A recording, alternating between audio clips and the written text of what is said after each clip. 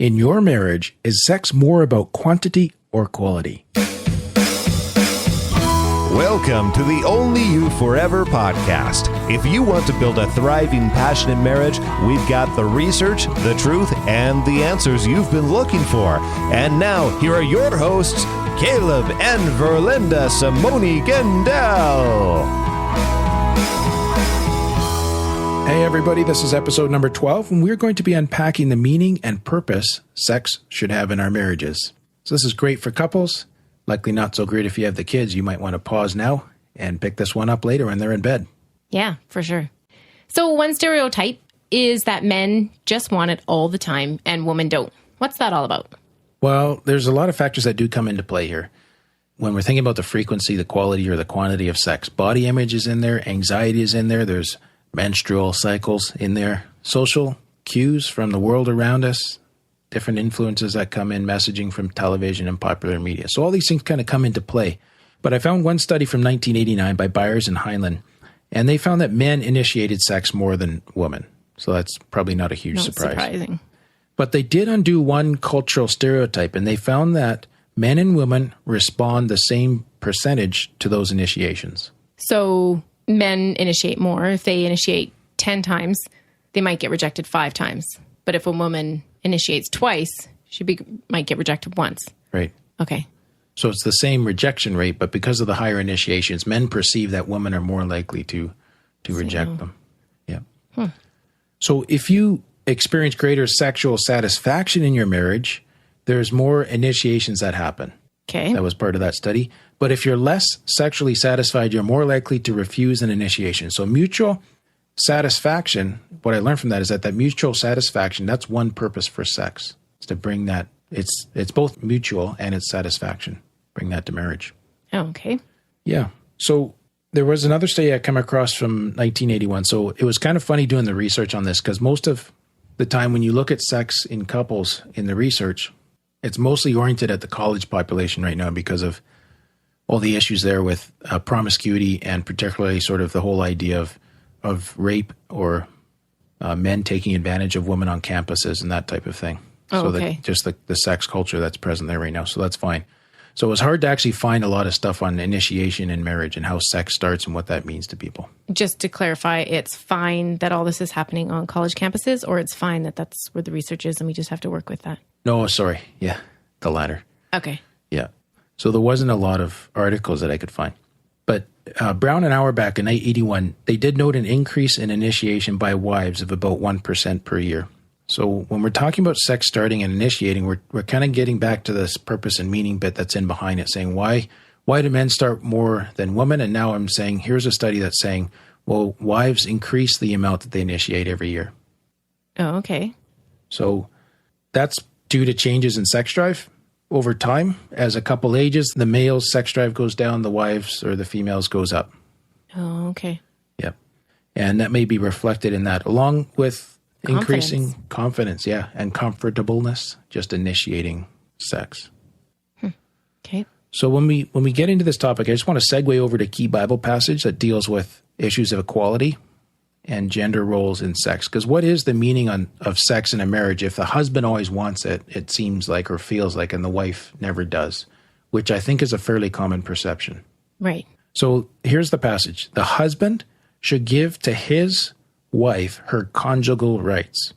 And so that's the discrete language of the Bible saying he should be physically intimate. Yeah. He should give her those rights. And likewise the wife to her husband.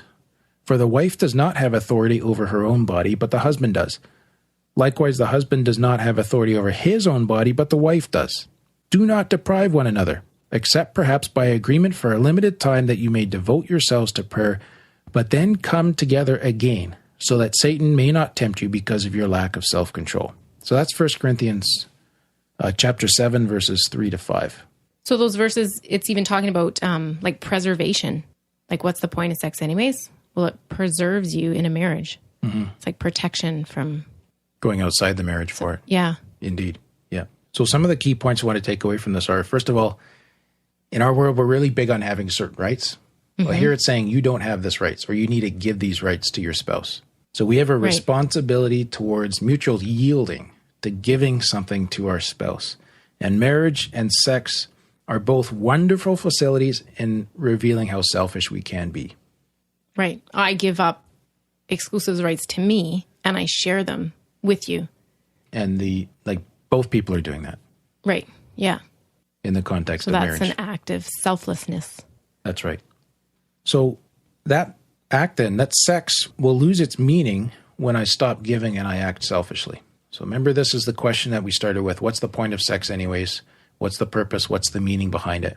Well, sex loses its meaning when I stop giving and it's all about getting and I'm acting selfishly.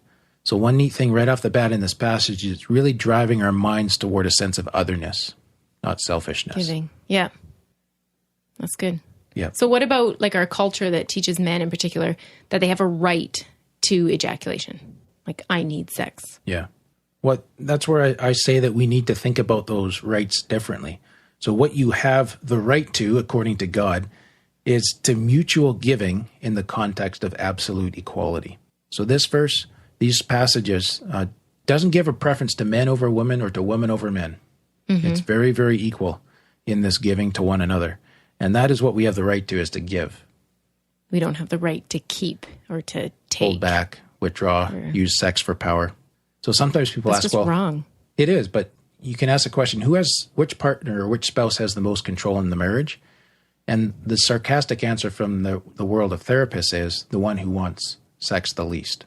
And yet that's so true. Right, yeah. In a sense, is it not? Yeah. So when we shift our thinking towards this sense of mutuality and me giving rather than being a focus on getting, then there's a real shift in how we build meaning into physical intimacy in our marriage. Mm-hmm. I was just going to say, before we move on, there's a little sidebar on this, right? So this passage talks about sex, and it says nothing about procreation. So that, by virtue of that silence, I think it really validates the idea or the truth that God made us sexual creatures, not only for procreation, but also for pleasure. And I think that's where we start moving forward to one of the next things about what the point of sex is, that there is this very intense, very intimate, this very mutual intimacy that involves pleasure in a way that we don't experience it in any other situation. Yeah. Other than in the context of sex. Okay. Well, some people have the question, and just to tie back to this age-old curiosity, how often do married couples have sex? Yeah. Why do we look for benchmarks? Like, what does it really matter? Well, maybe the question should be is what's the meaning of how frequently or infrequently we have sex? And why we have sex this amount? Yeah, so let's say, what if some of our listeners, what if we give them a number, and if they're having sex less than that, what does that mean about their marriage? Well, it could mean a whole bunch nothing, but it might mean a lot. Exactly. So there's a very individual component here for each couple to stop and think about. So there could be a ton of meaning in that. But just for our curiosity, Greenblatt in 1983 did some survey, and he found that in the first year of marriage, 3/4 of the couples were having sex more than twice a week. Okay. After 6 years, they were having sex 1.5 times a week. But one consistent issue that they reported related to the frequency going down was just exhaustion. So going from both spouses working to mom raising the kids, dad works longer hours to compensate, try to make more money to maintain the lifestyle, and so on. But at the same time, what he found with that was interesting. So even though exhaustion came in and generally speaking, the rates went down, people often reported that the physical intimacy was more relaxed and they were more focused on quality than quantity. And other types of intimacy were coming in there as well. So just because the numbers declined doesn't mean things were bad. It doesn't mean necessarily at all that there was a problem in the marriage. Yeah. So when we think about how frequently we're having sex or not having sex, as the case may be, there may be a great deal of meaning to that. And that's for a couple to discuss. Mm-hmm, for sure. But at the same time, there can be very real outside factors, and maybe just the priorities have shifted, and it's more of a quality experience now than a quantity one. Yeah. Yeah. It's not necessarily bad. Other things that affect frequency, a little bit more research, it just changes over the course of life. So as life changes, we go through different phases and different things come up, it changes. But one of those greatest influencing factors is age and the decrease of physical intimacy. As we get older, it happens less frequently. That's normal. So not necessarily intimacy, but physical like sex. Yeah, sex. Okay. And the second factor that plays a role is marital happiness. So again, we come back to the idea that if the amounts of sex going down what am I trying to say? When the frequency is decreasing, it may be an indication that marital happiness is decreasing. Oh, okay. But it could just be as equally, as we said before, an indication Exhaustion. that people are tired and you're raising little babies. That's tiring. Yeah. Yeah. When you're getting up in the middle of the night and so Yeah. on, right? So there's some very practical things here. So pregnancy, small children in the home, all those things affect that frequency of how often sex happens. But when we think about this subject of the meaning of sex and how to bring that back into the fabric of our marriage, that whole sense of meaning around that, one of the questions we really need to ask is, why do married couples have sex ideally? So what are the best reasons for having sex? Mm-hmm. And kind of in behind that is this other question, well, what beliefs make for great sex? Because if those beliefs are in place, I think the frequency will hit a healthy level that is natural for you as a couple. It's for where you are in life. Yeah. It's going to be normal, right? Yeah. So here's three things to think about. First one is shared pleasure. So that's giving, and that's the mutuality, and that's the not depriving one another that we read about in that Bible passage. Yeah. And the second one, it's a means to deepen and reinforce intimacy. So think about how differently the experience will be shaped by this belief that it's for deepening and reinforcing intimacy over the belief that it's a means to an end, or just a way to get relief from being horny. Right.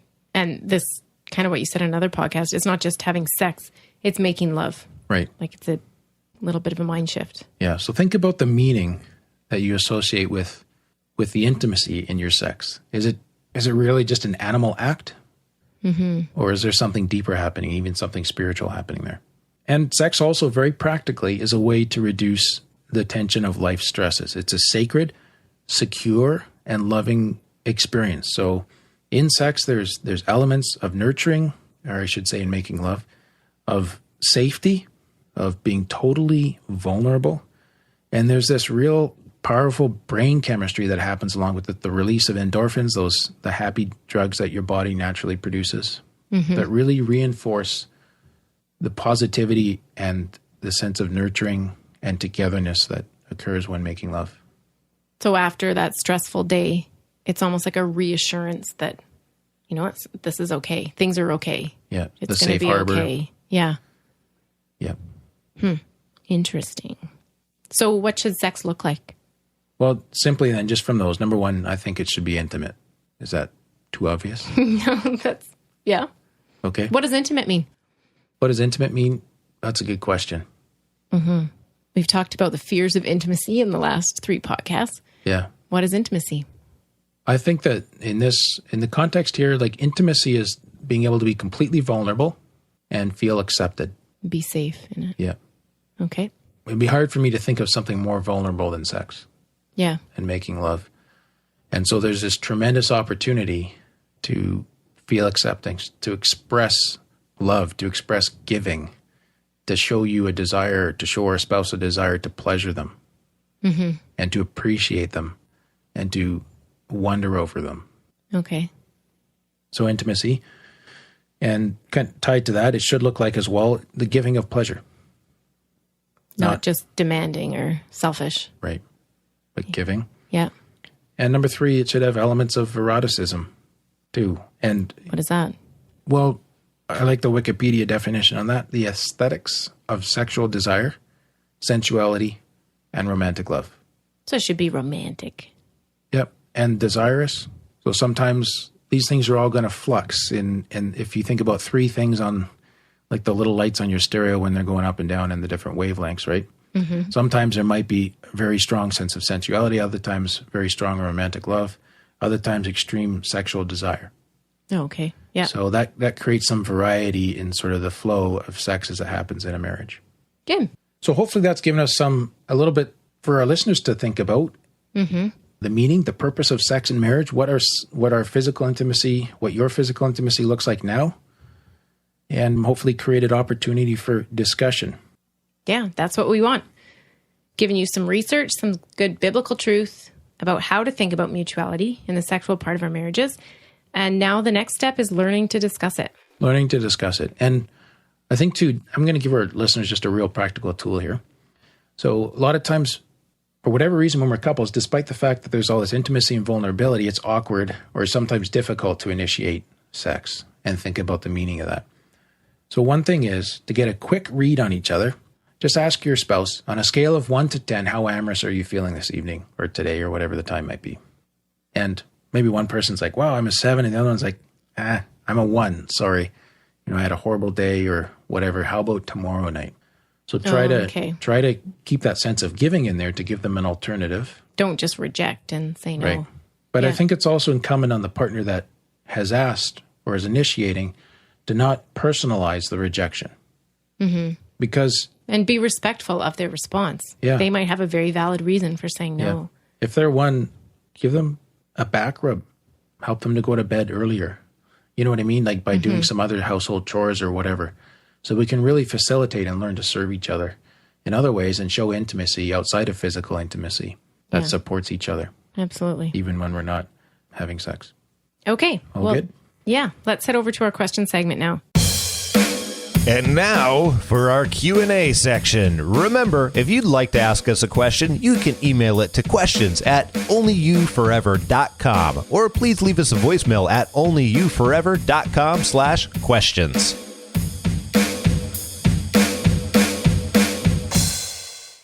So we have a question here. How important is it for a marriage to have another good couple as friends? From Anonymous. Oh, yeah. Another Anonymous? Yeah. Well, we don't just make these up. Hey, this did come from a listener. All right. Yeah. So how important is this question? Or no, not how important this question. How important is it to have another good couple as friends in a marriage? I think it's very important. Why is that? Because it normalizes life. Like, it's really important to have your own friends, but it's good to have shared friends as well. Mm-hmm. But I don't think you have to have like 100% best buds on both sides of the relationship. So it's okay for me to be friends with a guy, even if you're not as strongly friends as with his wife. Right. But you need to get along. Yeah. Yeah. Absolutely. I mean, to me, the question is almost like how, or is it important to have friends? But it kind of takes it to the next level, which is shared friends. Yeah. And to me, there's an extra layer of meaning there when there's just good mojo all around. Like when you have 4 people and it's couple to couple, and there is that extra sense of closeness, friendship. That's a good thing. Yeah. But does a couple have to have it? Like, how important is it that they have that couple to couple? Well, I don't think it's essential to marriage, but I think it's helpful and healthy. Okay. Yeah, that's what I would say. So I would say maybe we can help this questioner by asking the question, well, how do you find another couple to be friends with like this? Yeah, how do you find them? How do you find these friends? Well, think in the box and outside of the box a little bit, right? So are there people out there in the same stage of life of us? Or maybe are there people in a different stage of life that you can still be friends with? So there can be some pretty strong friendships. They may not be typical with another couple that's in a different stage of life. Right. We've had close friends with no kids, but similar age to us when we had 3 kids. Yeah. So they were kind of same age group, different phase, right? Yeah. And I think we've had older couple that we're friends with too. Absolutely. And couples in the same stage of life, obviously. Yeah. So don't be stuck in a right that you need to find the perfect match. Right. For this, for good friends. But having similar availability and relative ease of access to each other. Our closest couple friendship was with a couple that lived a block away. And he and I even worked together for a couple of years and really enjoyed that friendship. Yeah. And still appreciate them very much as friends. Yeah. And sometimes I think too, like, say you're close to somebody. Mm-hmm. I just need to set aside some differences. Mm-hmm. Maybe I have totally dissimilar interests. Mm-hmm. But rather than look at that as a negative, like that could just make us more interesting to each other. Yeah. And find out and work around it. Yeah. So even that couple we talked about, like he was very athletic and, very musical. Mm-hmm. And I enjoy being fit, but I'm not athletic and didn't have any musical skills or talents to bring to the relationship. So there were some differences there, but we still were able to really connect. Yeah. Hopefully that's a little bit of help to you on that question. And if you have more, do remember to send them in to questions@onlyyouforever.com. So we want to shout out a huge thank you to those who left us reviews on iTunes recently. Come in from DB Mass in the U.S. and from Dustin also in the U.S. So thank you so much, guys. It really makes our day to see those positive reviews on iTunes. Yeah, we do appreciate your encouragement. So that's all for today's episode. You can get the full show notes at onlyyouforever.com/12. Remember, we're here to help build thriving, passionate marriages.